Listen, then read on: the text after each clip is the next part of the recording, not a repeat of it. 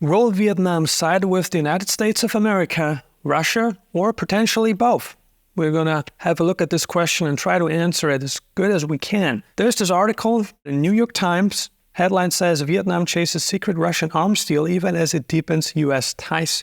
This is interesting. We've seen now American companies leaving China and reestablishing themselves in different geographic locations, namely Mexico, right? A lot of companies are getting into Mexico, which in my humble opinion makes a lot of sense, a lot more sense than China these days. Also, a lot of companies are pulling out and they're going into Vietnam for a number of reasons, because the US wants to reduce its dependency on China.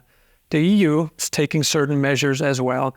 A lot of countries want to reduce their dependency from China, and who can blame them? It makes perfect sense from a geopolitical perspective, and Vietnam and China's relationship is a special one.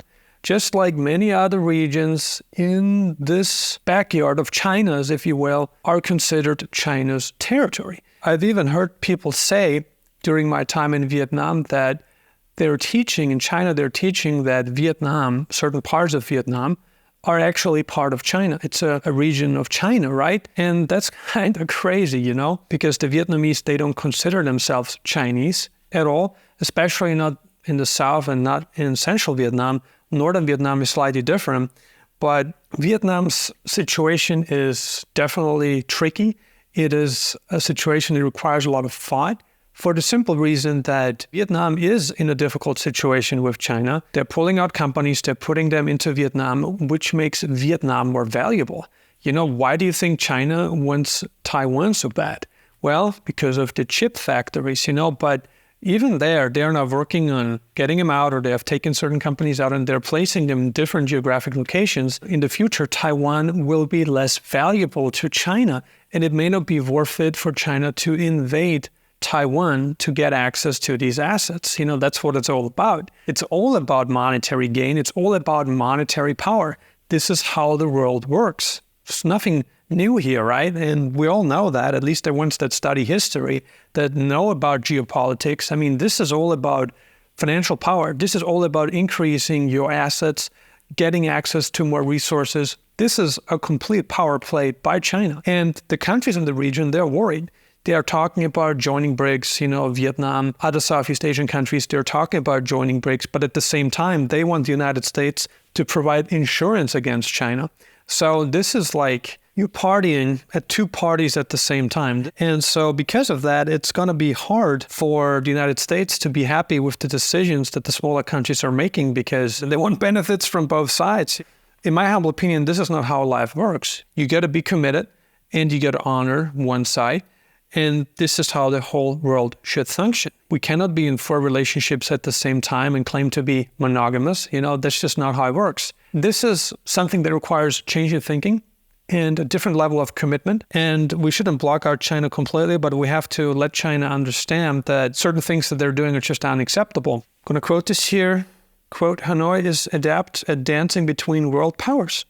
Very true. But its pursuit of a Russian arms deal undercuts its outreach to the United States. And it shows the risks of an American foreign policy that forces countries to make a binary use for or them choice. It's not about that, because these countries, they want insurance against the bigger countries, Now, Vietnam and Russia have a special relationship which goes back to the Vietnam War. So they're definitely friends. It's going to be hard for America to step in here and say, hey, we don't want you to be friends with China because we're sanctioning China because of its actions in Ukraine. Yet you want to purchase arms from Russia, right? You want to commit to an arms deal between Vietnam and Russia. Yet we're sanctioning Russia. So there's a conflict of interest there, which makes sense, right? So you always got to see both sides to the story. And the other side to the story is Vietnam's history with Russia.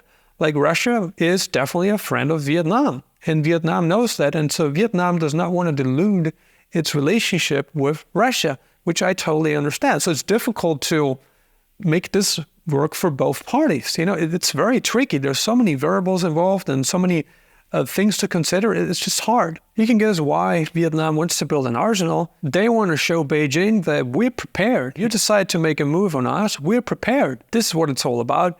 Vietnam does not want to use these weapons. They don't want that. It said in the article, I believe, $8 billion spend over like 20 years or so, this is a hard choice. And this isn't just about Vietnam. So many countries in the region, they want insurance against China. Yes, they want to be part of BRICS. Yes, they want to be innovative. Yes, they want to challenge the US dollar, this and that. But at the same time, they're like, hey, we don't trust China enough. We don't trust the CCP enough to jump in battle with them completely. We've got to have some protection, have some birth control in place. And that's what they want. That's what these countries want. The smaller countries, they want protection. Vietnam will probably have to make a choice, and I feel like the US might have to be a little bit more tolerant, because it's important to understand the history between countries and how trust was built and what happened exactly.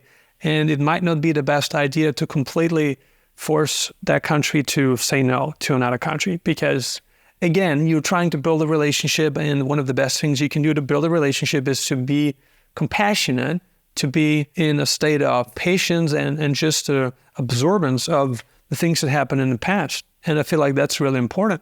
Also India, right? India is like mixed. It's understandable that India has mixed thoughts on certain topics or wants a mixed influence. For instance, India wants protection against China as well from the United States. India wants to make sure that the United States will be there in case China does something. And India is not the only country, like we said, right? But from an economic perspective, India also wants some independence. We've seen this now with the World Economic Forum, where India pretty much said, you know what, let us do our own stuff. We don't want to be controlled by the WEF.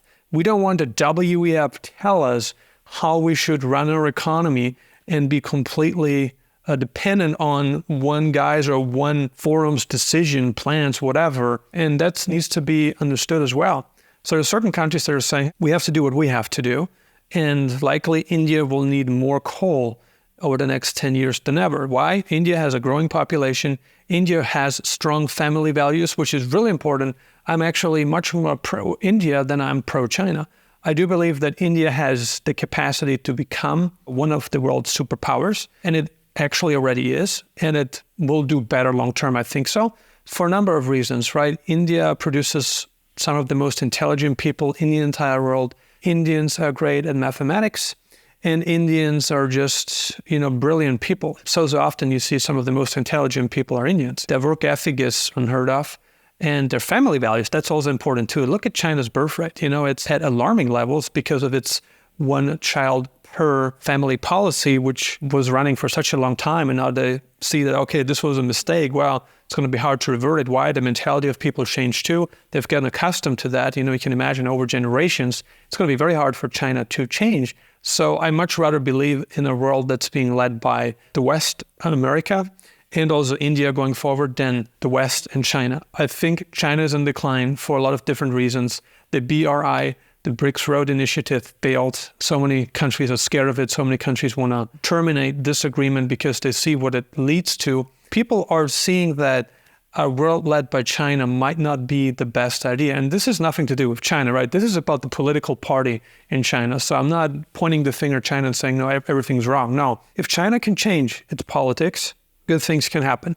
The people will be happier. The people will not be as suppressed, repressed, whatever. That will be a better time for the people and also the world. So what we want to see in China is a political change in regime, a change in politics, a change in system that really needs to happen. In the 1920s, so many companies were forced out of China, including German companies. There's this guy named Ernst Röhm, and you can listen to his story. It's incredible. His grandfather had a company in China before the Communist Revolution, and they were very successful. But because of the Communist Revolution, they were forced out of China. Now we're in the 20s again, but the 2020s, right? So maybe we're going to see something like this again. I mean, communism won't last forever. If the rich people of a country are leaving and you can only keep the poor and middle class in a country, then that's not good. And the rich people in China, they're leaving. But we'll see what happens between the relationship of Russia and Vietnam. They have definitely a very interesting history. We need to see how this pans out. Share your thoughts in the comments below. As always, thank you for watching, and I'll see you in the next video.